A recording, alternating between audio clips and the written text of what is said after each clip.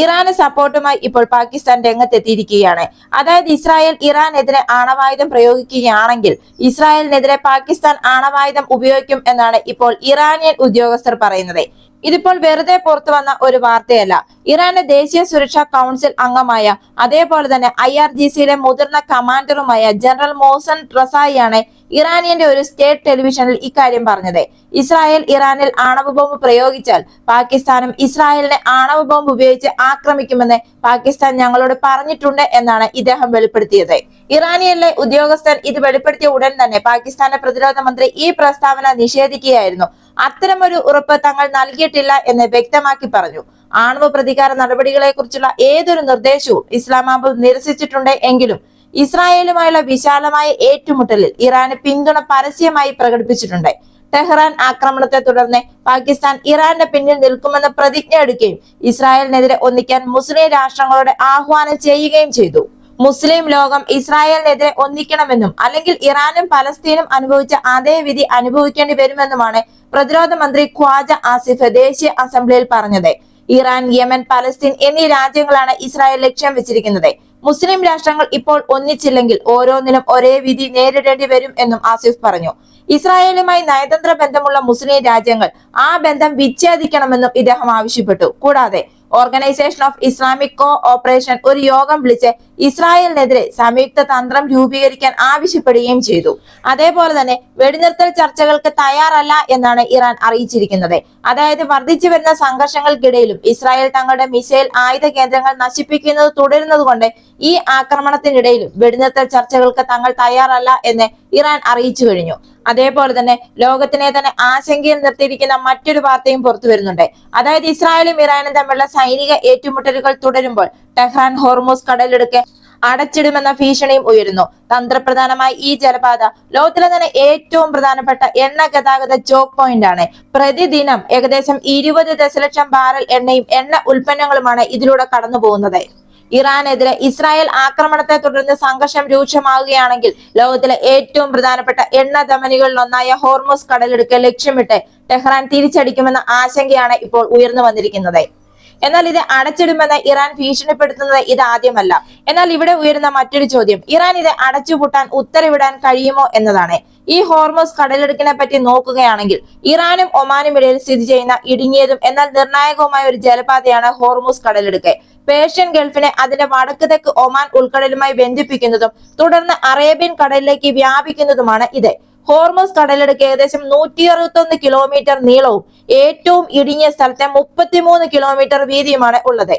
കപ്പൽ പാതയ്ക്ക് ഇരുവശത്തുമായിട്ട് 3 കിലോമീറ്റർ വീതി മാത്രമേ ഉള്ളൂ. ലോകത്തിലെ തന്നെ ഏറ്റവും വലിയ ക്രൂഡ് ഓയിൽ ടാങ്കറുകൾക്ക് കടന്നു പോകാൻ തക്ക ആഴമുള്ളതാണ് ഈ കടലിടുക്ക്. പശ്ചിമേഷ്യയിലെ പ്രധാന എണ്ണവാതക ഉൽപാദകരും അവരുടെ ഉപഭോക്താക്കളും എല്ലാം ഇതാണ് ഉപയോഗിക്കുന്നത്. ഈ കടലിടുക്ക് അടച്ചുപൂട്ടാൻ ഇറാന് സാധിക്കുമോ? അതായത് ഐക്യരാഷ്ട്രസഭ നിയമം അനുസരിച്ച് രാജ്യങ്ങൾക്ക് അവരുടെ തീരപ്രദേശത്ത് നിന്ന് 12 നോട്ടിക്കൽ മൈൽ വരെ നിയന്ത്രണം പ്രയോഗിക്കാൻ കഴിയും. അതായത് അതിന്റെ ഏറ്റവും ഇടുങ്ങിയ സ്ഥലത്തെ കടലിടുക്കും അതിന്റെ കപ്പൽ പാതകളും പൂർണ്ണമായും ഇറാന്റെയും ഒമാന്റെയും പ്രാദേശിക ജലാശയങ്ങളിലാണ്.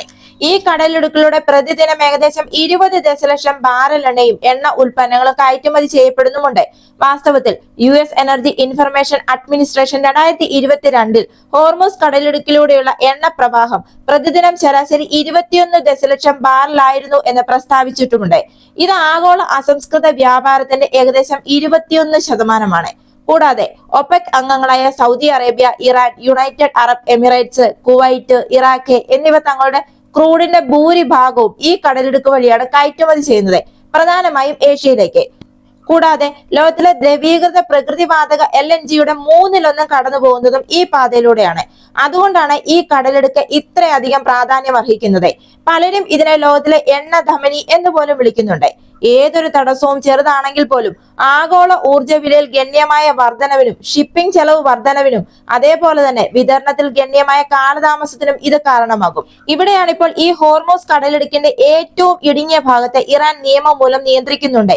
എങ്കിലും ഇതുവഴി കടന്നു പോകുന്ന വിദേശ കപ്പലുകളുടെ മേൽ ഇറാന് ഒരു അധികാരവും ഒരു നിയന്ത്രണവും ഏർപ്പെടുത്താൻ കഴിയില്ല എന്നാണ് അന്താരാഷ്ട്ര കൺവെൻഷൻ പറയുന്നത്. ഇനിയും അടുത്ത കാര്യം, ഒന്നാമതായി ഇതിന്റെ ഭൂരിഭാഗവും ഇറാനിലല്ല, ഒമാനിലാണ്. രണ്ടാമതെന്ന് പറയുന്നത് ഇറാനികൾക്ക് ഇത് അടയ്ക്കാൻ കഴിയാത്തത്ര വീതിയുള്ളതാണ്. പിന്നീട് ഇറാന്റെ മുമ്പിലുള്ള ഏക വഴിയെന്ന് പറയുന്നത് ഈ കടലിടുക്കിൽ ഉള്ള കപ്പലുകളെ ഉപദ്രവിച്ചുകൊണ്ട്, അതായത് ഇവയെ തടഞ്ഞു വെക്കുക എന്നാണ്. ഇതിനൊരു ഉദാഹരണവുമുണ്ട്. 2022 മെയ് മാസത്തിൽ ഗ്രീക്ക് അമേരിക്കൻ അധികാരികൾ ഒരു ഇറാനിയൻ കപ്പൽ കണ്ടുകെട്ടിയതിന് മറുപടിയായിട്ട് ഇറാൻ 2 ഗ്രീക്ക് ടാങ്കറുകൾ പിടിച്ചെടുത്ത് 6 മാസത്തേക്കാണ് തടഞ്ഞു വെച്ചത്. അതേപോലെ തന്നെ കഴിഞ്ഞ ഏപ്രിലിൽ ഇസ്രായേലിനെതിരെ ഡ്രോൺ മിസൈൽ ആക്രമണം നടത്തുന്നതിന് മണിക്കൂറുകൾക്ക് മുമ്പേ ഇറാന്റെ ഇസ്ലാമിക് റവല്യൂഷണറി ഗാർഡ് കോർപ്സ് ഈ ഹോർമോസ് കടലിടുക്കിന് സമീപത്തായിട്ട് ഇസ്രായേലുമായി ബന്ധപ്പെട്ട ഒരു കണ്ടെയ്നർ കപ്പൽ പിടിച്ചെടുത്തു. ആ സമയത്തെ കപ്പൽ സമുദ്ര നിയമങ്ങൾ ലംഘിച്ചു എന്നാണ് ഇറാൻ അവകാശപ്പെട്ടത്. എന്നാൽ കപ്പലുമായുള്ള ഇസ്രായേലിന്റെ ബന്ധമാണ് ഇത് പിടിച്ചെടുക്കാൻ ഇവിടെ കാരണമായത്. അപ്പോൾ ഇറാൻ ഈ കടലിടുക്ക് തടഞ്ഞു വെക്കാൻ സാധിക്കുമോ? ഒരിക്കലുമില്ല. എന്നാൽ ഹോർമോസ് കടലിടുക്ക് അടയ്ക്കുമെന്ന് ഭീഷണിപ്പെടുത്തുക എന്ന പഴയ തന്ത്രങ്ങൾ തന്നെയാണ് ഇറാൻ യഥാർത്ഥത്തിൽ ഇവിടെ പിന്തുടരുന്നത്. ടെഹ്റാൻ ഇത്തരമൊരു നീക്കവുമായി മുന്നോട്ട് പോകത്തില്ല എന്നാണ് വിശകലന വിദഗ്ധർ പോലും വിശ്വസിക്കുന്നത്. ഇതിനുള്ള കാരണം എന്ന് പറയുന്നത്, ഒന്നാമതായി ഹോർമോസ് കടലിടുക്കിന്റെ ഉപരോധം മൂലം നേരിട്ടുള്ള പ്രത്യാഘാതങ്ങൾ നേരിടേണ്ടി വരാത്ത ഒരേ ഒരു രാജ്യം എന്ന് പറയുന്നതും ഇസ്രായേൽ മാത്രമാണ്. അതായത് ഇറാൻ ഈ കടലിടുക്ക് തടഞ്ഞു വെക്കുകയാണെങ്കിൽ അത് ഇസ്രായേലിനെ ഒരു തരത്തിലും ബാധിക്കില്ല എന്നർത്ഥം. അതായത് ജൂതരാഷ്ട്രത്തിന്റെ ഒരു ദിവസത്തെ ഏകദേശം 2,20,000 ബാരൽ ക്രൂഡ് ഓയിൽ ഉപഭോഗം മെഡിറ്ററേനിയൻ വഴിയാണ് വരുന്നത്. Azerbaijan, America, Brazil, Gabon, Nigeria തുടങ്ങിയ രാജ്യങ്ങളിൽ നിന്നാണ് ഇതെത്തുന്നത്. അതായത് തുർക്കി വഴി കിഴക്കൻ മെഡിറ്ററേനിയനിലേക്ക് പോകുന്ന Baku, Tbilisi, Seyhan pipe line വഴിയാണ് ഇത് കയറ്റുമതി ചെയ്യുന്നത്. ഇതിനർത്ഥം ഇസ്രായേലിനെ ഈ നീക്കം ഒരു തരത്തിലും ബാധിക്കില്ല എന്നാണ്. അതായത് ഇറാൻ ഈ കടലിടുക്ക് തടഞ്ഞു വെച്ചാൽ ഇത് ഇസ്രായേലിനെ ഒരു തരത്തിലും ബാധിക്കില്ല. മറിച്ച് ഇത് ഇറാന് തന്നെ ദോഷകരമായി മാറുകയും ചെയ്യും. കാരണം എണ്ണ കയറ്റുമതിക്കായി ഇറാൻ ജലപാതയെ ആശ്രയിക്കുന്നത് കൊണ്ട് തന്നെ ഇറാന്റെ സ്വന്തം സമ്പദ് വ്യവസ്ഥയെ ഇത് ദോഷകരമായി ബാധിക്കും. രണ്ടാമതായി, ഹോർമോസ് കടലിടുക്ക് അടച്ചുപൂട്ടുന്നത് ഇറാൻ ചൈനയുടെ കോപത്തിന് ഇരയാകാനുള്ള സാധ്യതയുമുണ്ട്. ഇറാന്റെ ഏറ്റവും വലിയ വ്യാപാര പങ്കാളിയും ഇറാന്റെ ഏറ്റവും വലിയ എണ്ണ ഉപഭോക്താവുമാണ് ചൈന. അതുകൊണ്ട് തന്നെ ഈ പേർഷ്യൻ ഗൾഫിൽ നിന്നുള്ള എണ്ണയുടെ ഒഴുക്ക് ഒരു തരത്തിലും തടസ്സപ്പെടുത്താൻ ചൈന ആഗ്രഹിക്കുകയില്ല. കൂടാതെ എണ്ണയുടെ വില ഉയരാനും ചൈന ആഗ്രഹിക്കില്ല. ഒരുപക്ഷെ ഇറാൻ ഈ കടലിടുക്ക് അടച്ചു പൂട്ടുകയാണെങ്കിൽ ഇത് ചൈനയുടെ കോപത്തിന് ഇരയാകും എന്ന കാര്യത്തിൽ യാതൊരു സംശയവുമില്ല. അതുകൊണ്ട് തന്നെ സംഘർഷം രൂക്ഷമാകുന്ന സാഹചര്യത്തിൽ പോലും ഇറാൻ ഈ തീവ്രമായ നീക്കം നടത്താനുള്ള സാധ്യത വളരെയധികം കുറവാണ്. എങ്കിലും ഇപ്പോൾ ഇസ്രായേലും ഇറാനും തമ്മിലുള്ള സൈനിക ഏറ്റുമുട്ടലുകൾ തുടരുമ്പോഴും ഈ ഹോർമോസ് കടലിടുക്ക് ശ്വാസം മുട്ടിക്കുമെന്ന ഭീഷണി ഉയർത്തുമ്പോഴും ലോകം ആശങ്കയോട് തന്നെയാണ് നോക്കിക്കാണുന്നത്. ഈ ഹോർമോസ് കടലിടുക്ക് അടച്ചു പൂട്ടുന്നത് ടെഹ്റാൻ ഗൗരവമായി അവലോകനം ചെയ്യുന്നുണ്ടെന്ന് ഇറാൻ പാർലമെന്റിന്റെ സുരക്ഷാ കമ്മീഷൻ അംഗം ഇസ്മായിൽ കൊസാരി പ്രാദേശിക മാധ്യമങ്ങളോട് പറഞ്ഞതായിട്ടും പുറത്തുവരുന്ന റിപ്പോർട്ടുകൾ കാണിക്കുന്നു. ഒരുപക്ഷെ ഇറാൻ ഇങ്ങനെ ഒരു തീരുമാനത്തിന് മുതിരുകയാണെങ്കിൽ ഇത് വ്യാപാരത്തെ നിയന്ത്രിക്കുക മാത്രമല്ല, ആഗോള എണ്ണവിലയെ ബാധിക്കുകയും അതേപോലെ തന്നെ ചൈനയെ ഇത് ഏറ്റവും കൂടുതൽ ബാധിക്കുകയും ചെയ്യും. ഇതുപോലുള്ള പ്രതിരോധ വാർത്തകൾക്ക് വേണ്ടി മറക്കാതെ തന്നെ ഈ ചാനൽ ഒന്ന് സബ്സ്ക്രൈബ് ചെയ്യുക. ഈ വീഡിയോ ഇഷ്ടമായെങ്കിൽ ഒരു ലൈക്ക് തരിക. മറ്റൊരു വീഡിയോയുമായി വീണ്ടും കാണാം.